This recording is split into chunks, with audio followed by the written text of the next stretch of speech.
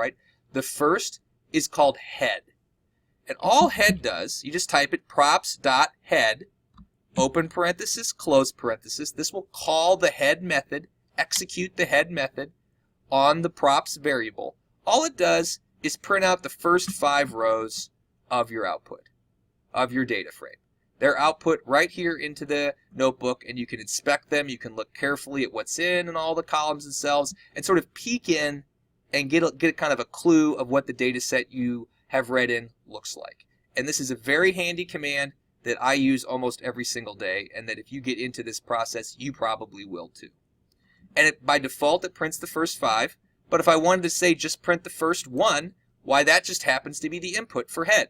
So if I were to go back up and put the number 1 between the 2 parentheses and hit play again, now head will only print out the first row. If I were to put in 7, it would print out the first 7. But again, the default is 5, and you don't have to do anything other than that, right?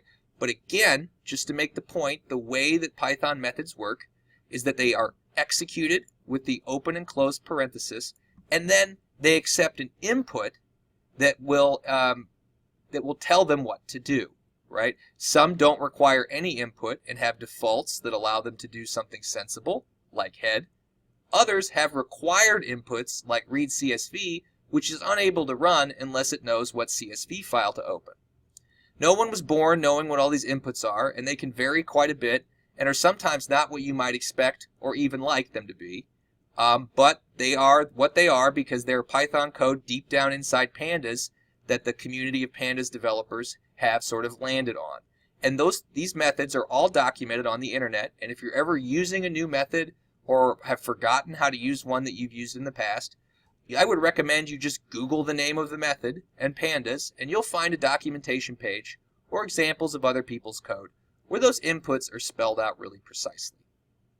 Okay, now I'm going to scroll down beneath this cell to where a new one has been created, and I'm going to show you another really helpful method that I use all the time. This one is called info. So again, I'm going to type the name of my variable, props, a period, and then the word info, which is short for information, right? Info, open parenthesis, close parenthesis. Again, I'm going to hit the play button. Props, period, info, open parenthesis, close parenthesis, play. No spaces in there, everything just stacked together. Now it's printed out something else. This is something we haven't seen before. This is a short informational report about the makeup of this table. And it's giving us some perhaps difficult to read, but very important information that you probably want to know about almost any table or data frame that you read into Pandas. First off, it's telling us this data frame, and you can see it's defined as a data frame there, has 102 entries. That's telling me there's 102 rows in this data frame. And if I were to go back to my spreadsheet and scroll down to the bottom, I can confirm that's right. This says 103, but that's because there's a header row in Excel that Excel is counting. So once you skip the header, there's 102 rows of data in the spreadsheet, and 102 entries have been logged here in Pandas on the way in. And as you have more or less entries, this number will change every time you run info. This is a nice quick way to get the count of rows in your data frame. It then goes on to tell us that there's 8 different columns in the data frame, and then to list them one at a time by their names. And we can see that these column names correspond exactly to the column names we saw when we ran head above. But it doesn't just tell us all the column names. It also tells us, though in a little bit of Pythonese, the data type. What type of information is stored in each of these columns. And you can see there's 2 different things that we see here. There's some that are called object, and there's other that are called int64. Object is Panda's way of telling you this column is a character field. It has the letters A through Z and all sorts of uppercase and lowercase letters as part of what's in it. Int64 is telling us this column is an integer column, which means that it has numbers with no decimal places.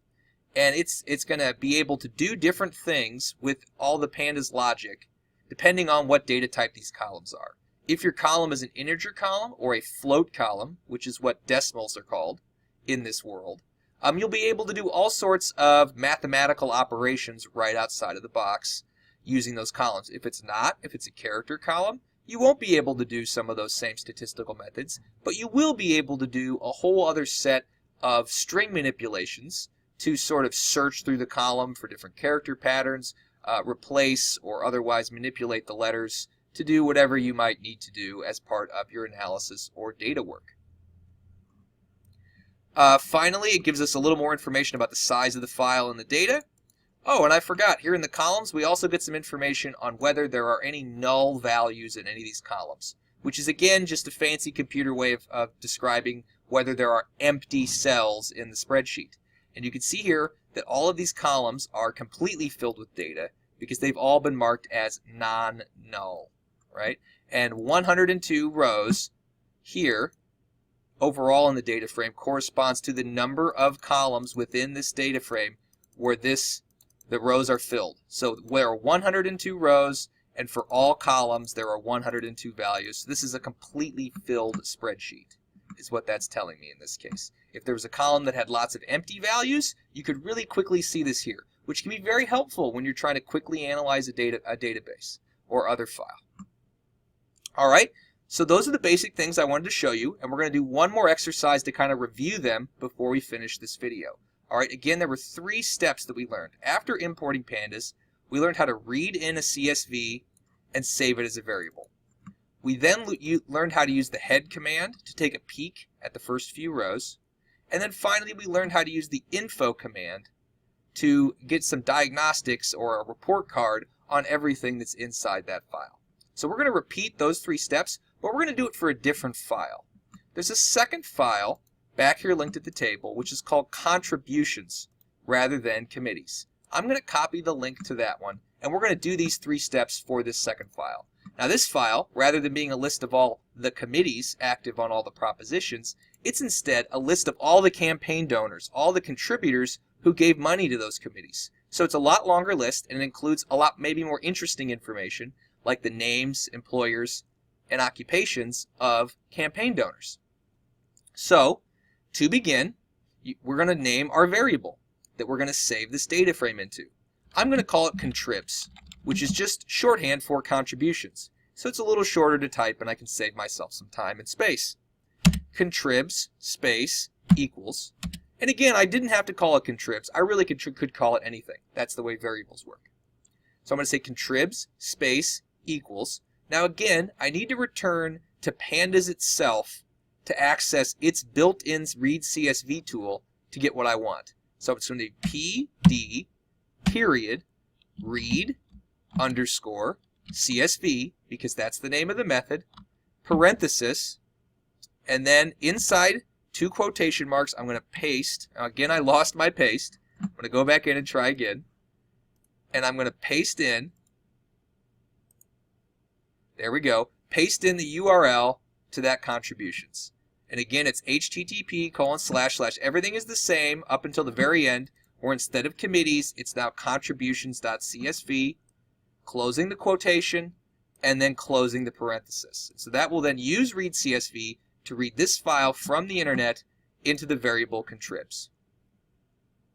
Once you're ready, do as I'm doing and hit the play button.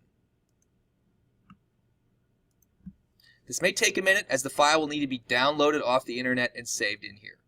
Again, you could read this off your file system if you were to download it in your browser, put it in a location in your computer, and then put that path into Pandas. It would just as well read the file.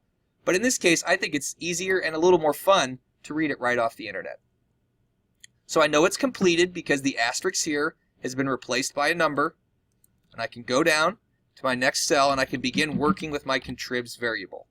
Contribs dot head, open parenthesis, close parenthesis, and then play.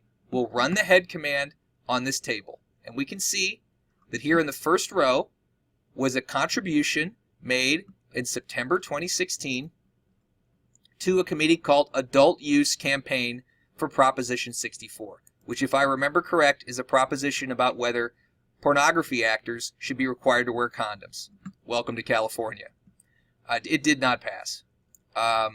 You may see something different depending on the file and the state of it at the time of the download, as this will evolve over time. But usually you will see something like this where there'll be a row per contribution with a committee, a date, and now we're beginning to see peeking out on the right-hand side some information about the identity of the donor, which you can see by sort of scrolling down and pulling over your data frame preview.